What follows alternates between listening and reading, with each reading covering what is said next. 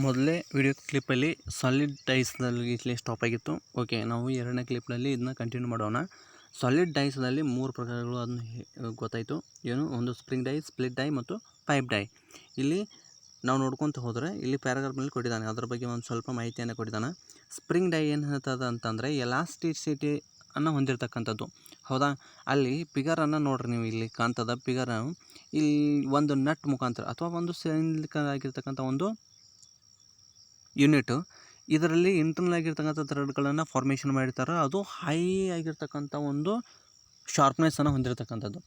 ಹೌದಾ? ಇದನ್ನು ಉಪಯೋಗ ಮಾಡಿದ್ದೀವಿ ಅಂತಂದರೆ ಇಲ್ಲಿ ಇದರ ಮಧ್ಯದಲ್ಲಿ ಅಥವಾ ಇದರ ಒಂದು ಸ್ಲಾಟನ್ನು ಕಟ್ ಮಾಡಿರ್ತಾನೆ. ಯಾವುದೇ ಒಂದು ಭಾಗದಲ್ಲಿ ಇರ್ತಕ್ಕಂಥದ್ದು ಸ್ಲಾಟನ್ನು ಕೆತ್ತನೆ ಮಾಡಿರ್ತಾನೆ. ಈ ಸ್ಲಾಟ್ನ ಎರಡೂ ಸೈಡ್ದಲ್ಲಿ ಸ್ವಲ್ಪ ಪ್ರಮಾಣದಲ್ಲಿ ತಗ್ಗುವನ್ನು ಮಾಡಿರ್ತಾನೆ. ಕಾರಣ ಇಷ್ಟೇ, ನೀವು ಡೈ ಸ್ಟೋಕ್ದೊಳಗಡೆ ಈ ಡೈಗಳನ್ನು ಇಟ್ಟ ನಂತರ ಅಲ್ಲಿ ಅಡ್ಜಸ್ಟ್ಮೆಂಟ್ ಸ್ಕ್ರೂ ಅಂತ ಬರ್ತಾವೆ. ಆ ಅಡ್ಜಸ್ಟ್ಮೆಂಟ್ ಸ್ಕ್ರೂವನ್ನು ಇಲ್ಲಿ ನಾವು ರೊಟೇಟ್ ಮಾಡಿ ಅಥವಾ ಫಿಕ್ಸ್ ಮಾಡೋ ಮುಖಾಂತರ ಇದನ್ನು ನಾವು ರೆಡ್ಯೂಸನ್ನು ಮಾಡ್ಕೊಳ್ಬೋದು. ಈ ಡಯಾಮೀಟ್ರ್ ರೆಡ್ಯೂಸ್ ಆಗ್ತದೆ. ಅದು ಆ ಡಯಾಮೀಟ್ರ್ ರೆಡ್ಯೂಸ್ ಆಯಿತು ಅಂತಂದರೆ ಎಲಾಸ್ಟಿಸಿಟಿ ಆಗಿರ್ತಕ್ಕಂಥ ಒಂದು ಗುಣಧರ್ಮ ಹೊಂದೈತಿ ಅನ್ನೋ ಕಾರಣಕ್ಕಾಗಿ ಇದಕ್ಕೆ ಏನಂತಾನು ಎಲಾಸ್ಟಿಸಿಟಿ ರಿಡಕ್ಷನ್ ಅಂತೇಳಿ ಕರಿತಾನೆ. ಆಮೇಲೆ ಇನ್ನೊಂದು ಎರಡನೇದು ಇನ್ನು ಸ್ಪ್ಲಿಟ್ ಡೈ. ಹೌದಾ? ಈ ಸ್ಪ್ಲಿಟ್ ಡೈನಲ್ಲಿ ಏನು ಹೇಳ್ತಾನೆ ಅಂತಂದರೆ die is made in 2 pieces. ಈ ಡೈನಲ್ಲಿ ಯಾವುದೋ ಸ್ಪ್ಲಿಟ್ ಡೈನಲ್ಲಿ, ಹೌದಾ, ಫಿಗರ್ ನಂಬರ್ ಸಿಯಲ್ಲಿ ನೋಡ್ತಿದ್ದೀರಿ ನೀವು. ಆ ಸ್ಪ್ಲಿಟ್ ಡೈನಲ್ಲಿ ಯಾವ ರೀತಿ ಮಾಡ್ಕೊಳ್ತಾನೆ ಅಂತಂತ ಇಲ್ಲಿ 2 ಪೀಸಸ್, 2 ಪೀಸ್ಗಳನ್ನು ಹೊಂದಿರತಕ್ಕಂಥದ್ದು. One is fix and another is moving within cavity of a range. ಈ ರೇಂಜ್ದೊಳಗಡೆ ನಾವು ಹೋಲ್ಡ್ ಮಾಡಿದ ನಂತರ ಅಥವಾ ಆ ರೇಂಜ್ದೊಳಗಡೆ ನಾವು ಪೂರ್ತಿಯಾಗಿ ಆ ಯೂನಿಟನ್ನು ತೊಗೊಂಡ ನಂತರ 2 ಡೈಸ್ಗಳು, ಒಂದು ಫಿಕ್ಸ್ ಆಗಿರ್ತಕ್ಕಂಥ ಡೈ, ಇನ್ನೊಂದು ಮೂಮೆಂಟ್ ಆಗಿರ್ತಕ್ಕಂಥ ಅಥವಾ ಮೂವಿಂಗ್ ಆಗಿರ್ತಕ್ಕಂಥ ಅಥವಾ ಚಲನೆಯಲ್ಲಿರ್ತಕ್ಕಂಥ ಒಂದು ಡೈ. ಹೌದಾ? ಮ್ಯಾನ್ಯಲಾಗಿ ನಾವು ಆಫ್ಲೈನ್ದಲ್ಲಿ ನಾವು ಲ್ಯಾಬ್ನಲ್ಲಿ ನೋಡಿದ್ದೀವಿ ಯಾವ ರೀತಿಯಾಗಿರ್ತಕ್ಕಂಥ ಒಂದು ಸ್ಪ್ಲಿಟ್ ಡೈ, ಆಮೇಲೆ ಸ್ಪ್ರಿಂಗ್ ಡೈ, ಸಾಲಿಡ್ ಆಗಿರ್ತಕ್ಕಂಥ ನಟ್ಟು ಎಲ್ಲವೂ ನೋಡಿದ್ದೀವಿ. ಆಮೇಲೆ ಥರ್ಡ್ ಪಾಯಿಂಟ್ ಏನು ಹೇಳ್ತದೆ ಅಂತಂದರೆ ಇನ್ನು ಪೈಪ್ ಡೈ ಬಗ್ಗೆ ಹೇಳ್ತದೆ. Pipe dies cut threads on the pipes having a large diameter and a smaller. ಹೌದು, ಏನು ಪೈಪ್ ಡೈಯನ್ನು ನಾವು ಎಲ್ಲಿ ಉಪಯೋಗ ಮಾಡ್ತೀವಿ? ಜಸ್ಟ್ ಥ್ರೆಡ್ ಕಟಿಂಗನ್ನು ಮಾಡಲಿಕ್ಕೆ ನಾವು ಉಪಯೋಗ ಮಾಡ್ತೀವಿ. ಎಲ್ಲವೂ ಡೈಸ್ಗಳನ್ನು ನಾವು ಥ್ರೆಡ್ ಕಟಿಂಗ್ ಮಾಡಲಿಕ್ಕೆ ಉಪಯೋಗ ಮಾಡ್ತೀವಿ. ಹೌದಾ? ಆಮೇಲೆ ಇಲ್ಲಿ ಸ್ವಲ್ಪ ಲಾರ್ಜ್ ಸೆಕ್ಷನ್ದೊಳಗಡೆ ಏನಾದರೂ ಅಥವಾ ಸ್ಮಾಲ್ ಸೆಕ್ಷನ್ ಎರಡೂ ಸಹ, ಹೌದಾ, ಎರಡೂ ಆಕಾರದಲ್ಲಿ ನಾವೇನು ಮಾಡ್ತೀವಿ? ಥ್ರೆಡ್ಗಳನ್ನು ಕಟ್ ಮಾಡ್ತೀವಿ. ಅದು ಪೈಪ್ ಮೇಲ್ಗಡೆ ಕಟ್ ಮಾಡಬೇಕಾದ್ರೆ ಅದರಲ್ಲಿ ಇರ್ತಕ್ಕಂಥ ಡೈಗ ಬೇರೆನೇ ಬರ್ತದೆ, ಪೈಪ್ ಡೈ ಅಂತೇಳಿ ಕರಿತದ. ಹೌದು. ಆಮೇಲೆ ನೆಕ್ಸ್ಟ್ ಥ್ರೆಡ್ ಮಿಲ್ಲಿಂಗ್. ಏನು ಥ್ರೆಡ್ ಮಿಲ್ಲಿಂಗು? ನೋಡಿಲಿ, threads produced by a milling process. Milling machine ಅಂತೇಳಿ ನೀವು ಕೇಳಿರಬಹುದು, ಎಲ್ಲಿ ನೋಡಿಲ್ಲ ಅಂತಂದ್ರೂ ಕೇಳಿರಬಹುದು ಮಿಲ್ಲಿಂಗ್ ಮಷಿನ್ ಅಂತೇಳಿ. ಆ ಮಿಲ್ಲಿಂಗ್ ಮಷಿನ್ನಲ್ಲಿ ನಾವು ಏನು ಮಾಡ್ತೀವಿ? ಥ್ರೆಡ್ಗಳನ್ನು ಕಟ್ ಮಾಡ್ತೀವಿ. ಹೇಗೆ? By using a form cutter in bracket of single form cutter and multi form cutter. ಇಲ್ಲಿ 2 ಕಟರ್ ಅಂತೇಳಿ ಉಪಯೋಗ ಮಾಡ್ತೀವಿ ನಾವು. ಫಿಗರ್ ನಂಬರನ್ನು ನೋಡ್ಕೊಳ್ಬೋದು ನೀವು. ಇಲ್ಲಿ milling single form thread cutter ಅಂತೇಳಿ ಅದ. ಹೌದಾ? Milling single form thread cutter ಇಲ್ಲಿ ಡೈರೆಕ್ಟಾಗಿ ಕೊಟ್ಟಿದ್ದಾನೆ. ಒಂದು ಮಿಲ್ಲಿಂಗ್ ಮಷಿನ್, ಹೌದು, ಮಿಲ್ಲಿಂಗ್. ಆಮೇಲೆ ಸಿಂಗಲ್, ಅದು ಯಾವ ಒಂದು cutter? Single form thread cutter. ಆಮೇಲೆ ಇಲ್ಲಿ ನಮ್ಗೆ ವರ್ಕ್ ಪೀಸಸ್ ಕಂಡು ಬರ್ತದೆ. Threads are manufactured on rotating work pieces. Simple ಆಗಿರ್ತಕ್ಕಂಥದ್ದು ಹೇಳ್ತಾ ನಾವು, ಮತ್ತು ಸಾಮಾನ್ಯವಾಗಿರ್ತಕ್ಕಂಥದ್ದು. ಲೇತ್ ಮಷಿನ್ನಲ್ಲಿ ನೀವು ಹೆಂಗೆ ರೊಟೇಷನನ್ನು ಮಾಡಿದಿರೋ ಅಥವಾ ಆ ಜಾಬ್ ರೊಟೇಷನ್ ಆಯಿತು, ಸೇಮ್ ಇಲ್ಲಿಯೂ ಸಹ ಮಿಲ್ಲಿಂಗ್ ಮಷಿನ್ನಲ್ಲಿ ಜಾಬ್ ರೊಟೇಷನ್ ಆಗ್ತದೆ.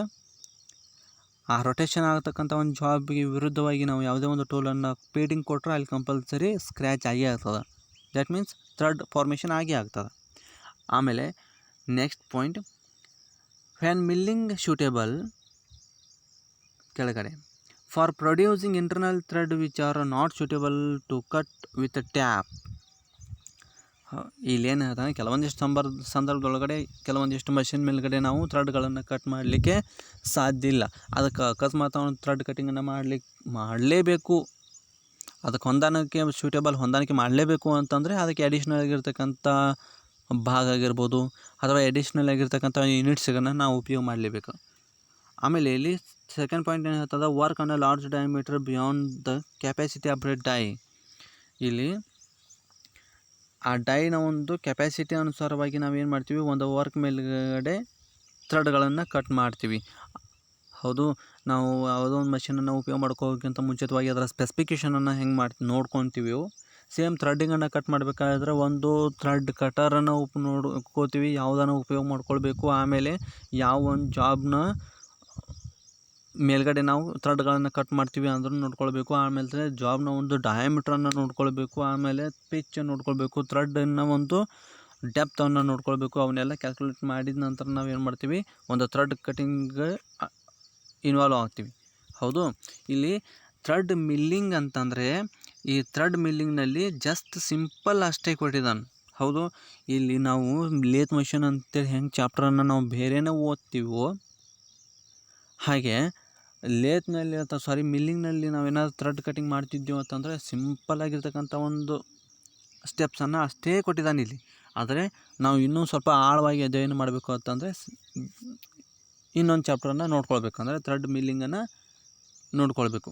ಹೌದು, next thread ruling. It is cold farming process used for making external threads on a cylindrical workpieces. Cold farming process, ಎಲ್ಲವೂ ಕೋಲ್ಡ್ ಫಾರ್ಮಿಂಗ್ ಪ್ರೊಸೆಸ್. ಇಲ್ಲಿ ಹೀಟ್ ಮಾಡಿ ನಾವು ಯಾವತ್ತೂ ಥ್ರೆಡ್ಗಳನ್ನು ಫಾರ್ಮೇಷನ್ ಮಾಡೋದೇ ಇಲ್ಲ. ಅದು ಮ್ಯಾನ್ಯಲ್ ಆಗಿರ್ತಕ್ಕಂಥ ಒಂದು ಡೈಯನ್ನು ಉಪಯೋಗ ಮಾಡ್ಕೊಂಡು ರೊಟೇಷನ್ ಮಾಡುತ್ತೀವಲ್ಲ ಬೋಲ್ಟ್ ಮೇಲ್ಗಡೆ, ಅದು ಆಗಿರ್ಬೋದು. ಆಮೇಲೆ ಲೇತ್ ಮೇಲ್ಗಡೆ ನಾವು ಏನಾದರೂ ಥ್ರೆಡ್ಡಿಂಗನ್ನು ಮಾಡಬೇಕಾದ್ರೂ ಅಲ್ಲಿಯೂ ಸಹ ಆಗಿರ್ಬೋದು. ಕೋಲ್ಡ್ ಪ್ರೊಸೆಸ್ದಲ್ಲೇ ನಾವು ಮಾಡ್ತೀವಿ. ಅಂದರೆ ಯಾವತ್ತೂ ಆ ಮಟೀರಿಯಲನ್ನು ನಾವು ಆ ಜಾಬನ್ನು ಕಾಯಿಸೋದಿಲ್ಲ, ಹೀಟ್ ಮಾಡೋದಿಲ್ಲ. ಹೌದಾ, ಎಲ್ಲವೂ ಕೋಲ್ಡ್ ಪ್ರೊಸೆಸ್ನಲ್ಲೇ ಆಗ್ತದೆ. ಆಮೇಲೆ thread formed into blank by pressing thread rolling die against the blank. Same ಎಲ್ಲವೂ ಅದನ್ನೇ ಹೇಳ್ತದೆ ನೋಡಿ. ಒಂದು ವರ್ಕ್ ಪೀಸಸ್ ಮೇಲ್ಗಡೆ ಏನಾದರೂ ಒಂದು ಸ್ಕ್ರ್ಯಾಚ್ ಮಾಡಬೇಕು ಅಂತಂದರೆ ನಾವು ಕಂಪಲ್ಸರಿ ಅದನ್ನೇನು ಮಾಡಬೇಕು, ಪ್ರೆಸ್ ಮಾಡಲೇಬೇಕು. ಹೌದು, ಪ್ರೆಸ್ ಮಾಡಿದ್ವಿ ಅಂತಂದರೆ ಆ ವರ್ಕ್ ಪೀಸಸ್ ಮೇಲ್ಗಡೆ ಒಂದು ಗೀರ್ ಅನ್ನೋದು ಬೀಳ್ತದೆ ಅಥವಾ ಒಂದು ಸ್ಕ್ರ್ಯಾಚ್ ಅನ್ನೋದು ಬೀಳ್ತದೆ. ಅಂಥದ್ರಲ್ಲಿ ನಾವು ಥ್ರೆಡ್ಡನ್ನು ಪರ್ಮಿಷನ್ ಮಾಡಬೇಕಂದ್ರೆ ಇಲ್ಲಿ ಒಂದು ಸ್ವಲ್ಪ ಮಟೀರಿಯಲ್ ವೇಸ್ಟ್ ಆಗಬೇಕು. ಆಮೇಲೆ ಡೆಪ್ತ್ ಹೋಗಬೇಕು, ಆಳವಾಗಿ ಹೋಗಬೇಕು.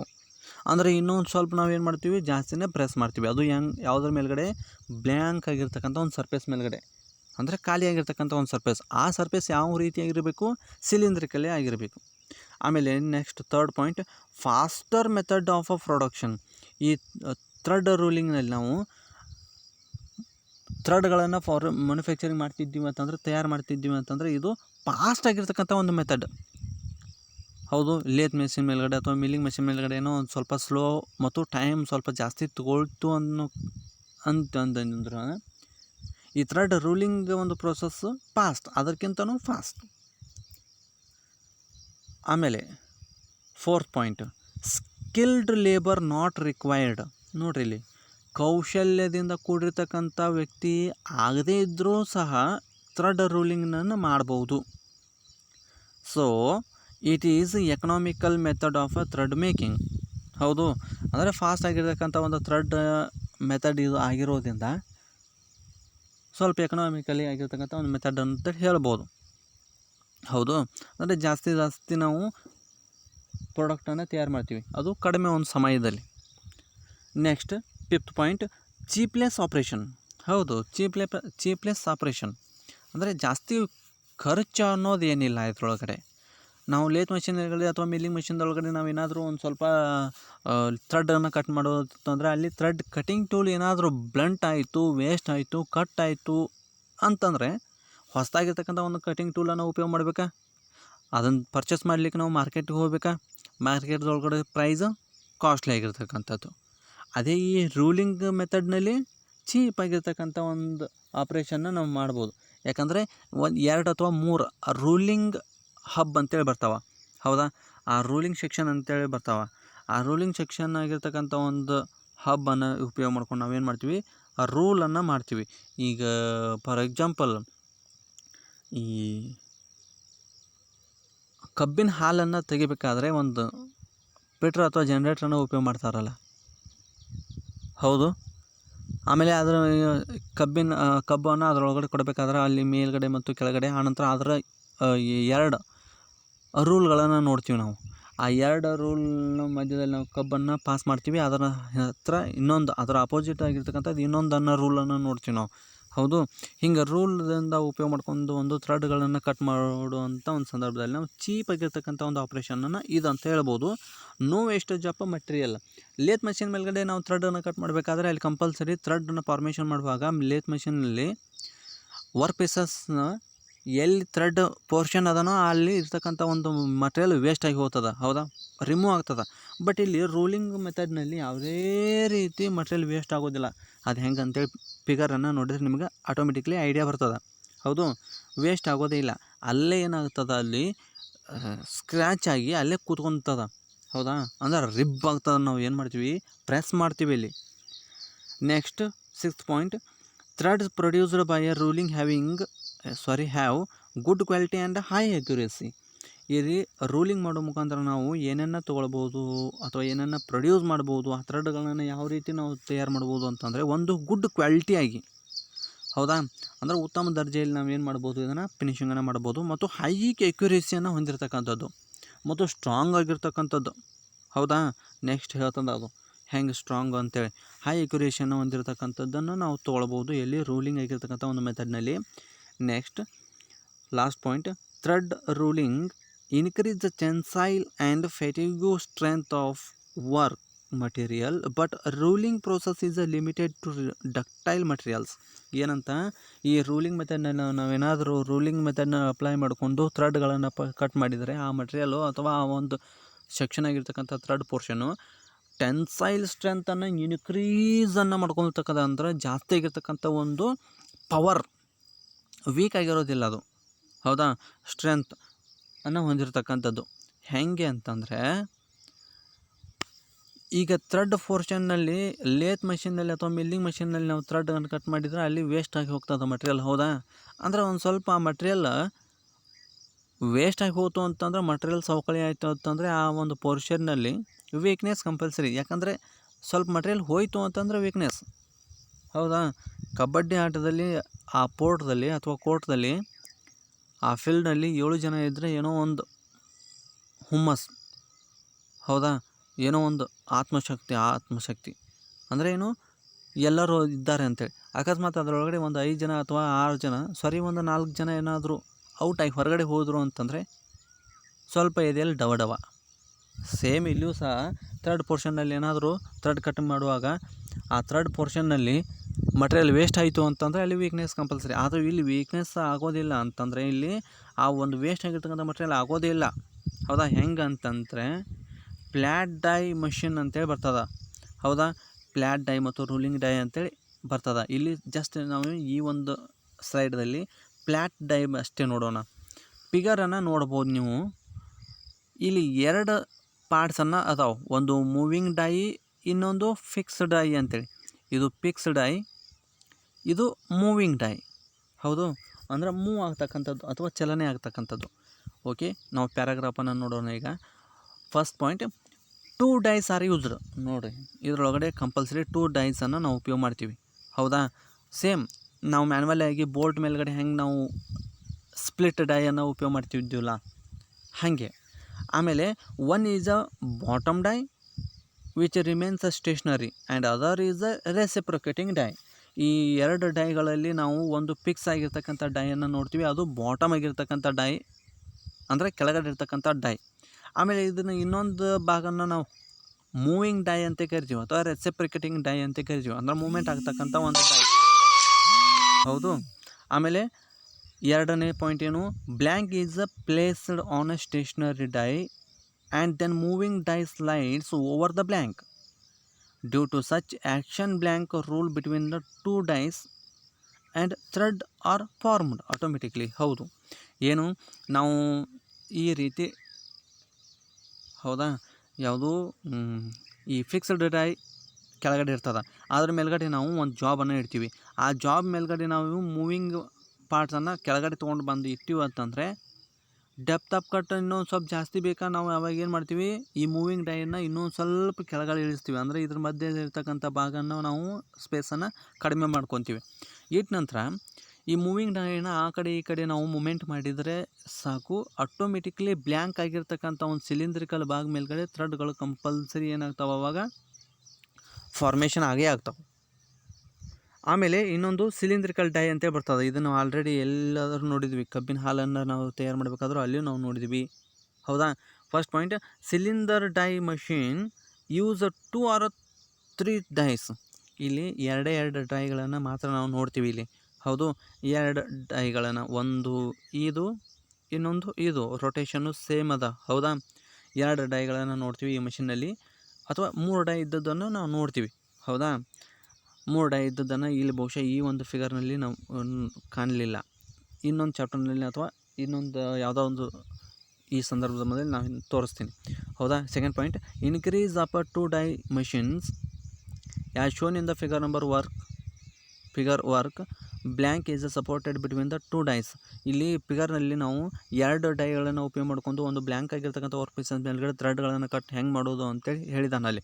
ಆಟೋಮೆಟಿಕ್ಲಿ ಇಲ್ಲಿ 2 ಡೈಗಳ ಆ ಕಡೆ ಒಂದು ಈ ಕಡೆ ಒಂದು ಅದಾವೆ. ಹೌದಾ, ಇದ್ರ ಮಧ್ಯದಲ್ಲಿ ನಾವು ಯಾವುದೋ ಒಂದು ಭಾಗನ ಇಟ್ಟು ರೊಟೇಷನನ್ನು ಮಷೀನನ್ನು ಆನ್ ಮಾಡಿದ್ದೀವಿ ಅಂತಂದರೆ ಕಂಪಲ್ಸರಿ ಅದೇ ರೀತಿಯಾಗಿರ್ತಕ್ಕಂಥ ಒಂದು ಪೋರ್ಷನಲ್ಲಿ ಅಲ್ಲಿ ಪ್ರೊಡ್ಯೂಸ್ ಆಗೇ ಆಗ್ತದೆ ಪ್ರೆಸ್ ಮಾಡೋ ಮುಖಾಂತರ. Next, increase of 3 die machines.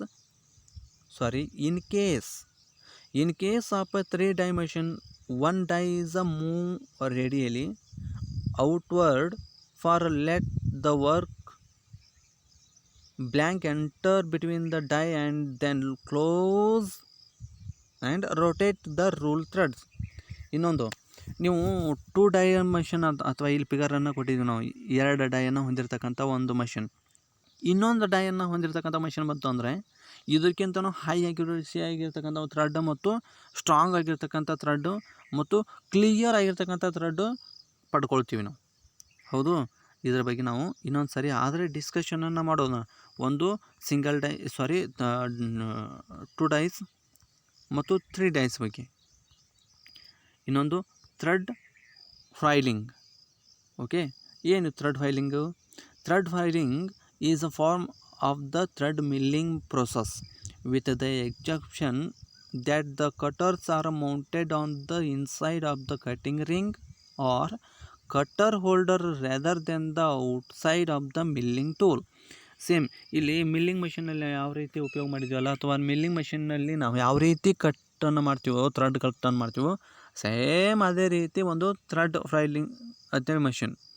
ಹೌದಾ, ಇದರ ಇಂಟರ್ನಲ್ಲಿ ಆಗಿರ್ತಕ್ಕಂಥ ಥ್ರೆಡ್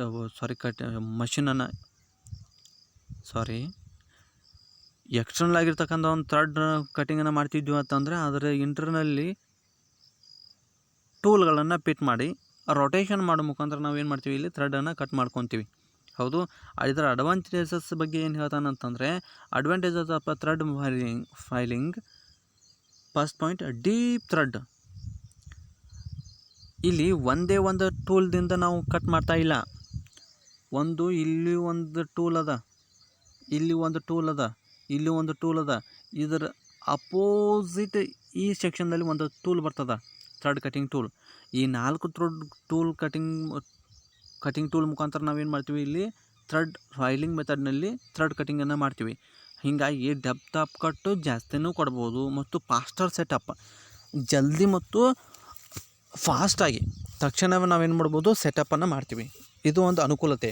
ಆಮೇಲೆ ಇನ್ನೊಂದು, ಇನ್ಕ್ರೀಸ್ಡ್ ಪ್ರೊಡಕ್ಟಿವಿಟಿ. ನಾವು ಜಸ್ಟ್ 1 ಸೆಕೆಂಡ್ನಲ್ಲಿ ಅಥವಾ 1 ಮಿನಿಟ್ನಲ್ಲಿ ಆ ವರ್ಕ್ ಪೀಸಸ್ಸು ಮತ್ತು ಆ ಒಂದು ಮೆಥಡ್ನಲ್ಲಿ ನಾವು ವರ್ಕ್ ಪೀಸಸ್ ಆಗಿರ್ಬೋದು, ಟೂಲನ್ನು ಆಗಿರ್ಬೋದು ಸಡನ್ಲಿ ಫಿಟ್ ಮತ್ತು ಸೆಟಪ್ ಮಾಡಿದ್ದೀವಿ ಅಂತಂದರೆ ಅಷ್ಟೇ ಫಾಸ್ಟಾಗಿ ಒಂದು ಪ್ರಾಡಕ್ಟನ್ನು ನಾವು ತಯಾರು ಮಾಡ್ಬೋದು. ಹೌದಾ, ಹೀಗಾಗಿ ಪ್ರಾಡಕ್ಟನ್ನು ತಯಾರು ಮಾಡೋದೊಂದು ವಿಧಾನದಲ್ಲಿ ಜಾಸ್ತಿಯಾಗಿ ನಾವು ಪ್ರಾಡಕ್ಟನ್ನು ತಯಾರು ಮಾಡ್ಬೋದು ಈ ಒಂದು ಥ್ರೆಡ್ ಫೈಲಿಂಗಲ್ಲಿ. ಹೌದಾ, ಇದು ಸೆಕೆಂಡ್ ವಿಡಿಯೋ ಕ್ಲಿಪ್. ಇದಕ್ಕಿಂತ ಮೊದಲೇ ಇರ್ತೈತೆ ಅದು ಫಸ್ಟ್ ವಿಡಿಯೋ ಕ್ಲಿಪ್. ಇವು ಎರಡೂ ಕಂಬೈಂಡ್ ಆಗಿ ನೀವು ನೋಡ್ಕೊಳ್ರಿ. ಹೌದಾ, ಆಮೇಲೆ ಒಂದು ಫಸ್ಟ್ನೇದು ವಿಡಿಯೋ ಕ್ಲಿಪ್ಪನ್ನು ಇವತ್ತು ನೋಡಿ, ಆಮೇಲೆ ಎರಡನೇದು ನಾಳೆ ನೋಡೋಬೇಡ್ರಿ. ಎರಡೂ ಒಂದೇ ಸಾರಿ ನೋಡಿರಿ, ಆಮೇಲೆ ಬರೆದಿಟ್ಕೊಳ್ರಿ. ನೋಟ್ ಮಾಡ್ಕೊಂಡ ನಂತರ ಇನ್ನೊಂದು ಸಾರಿ ಏನಾದರೂ ನಿಮಗೆ ಕನ್ಫ್ಯೂಸ್ ಆಗಿರ್ತಕ್ಕಂಥ ವರ್ಡ್ ಏನಾದರೂ ಬಂದು ಅಂತಂದರೆ, ಸೆಂಟೆನ್ಸ್ ಬಂದು ಅಂತಂದರೆ ಅವಾಗ ನನಗೆ ಕೇಳಿ, ನಾನು ಹೇಳ್ತೀನಿ. ಹೌದಾ? Thank you.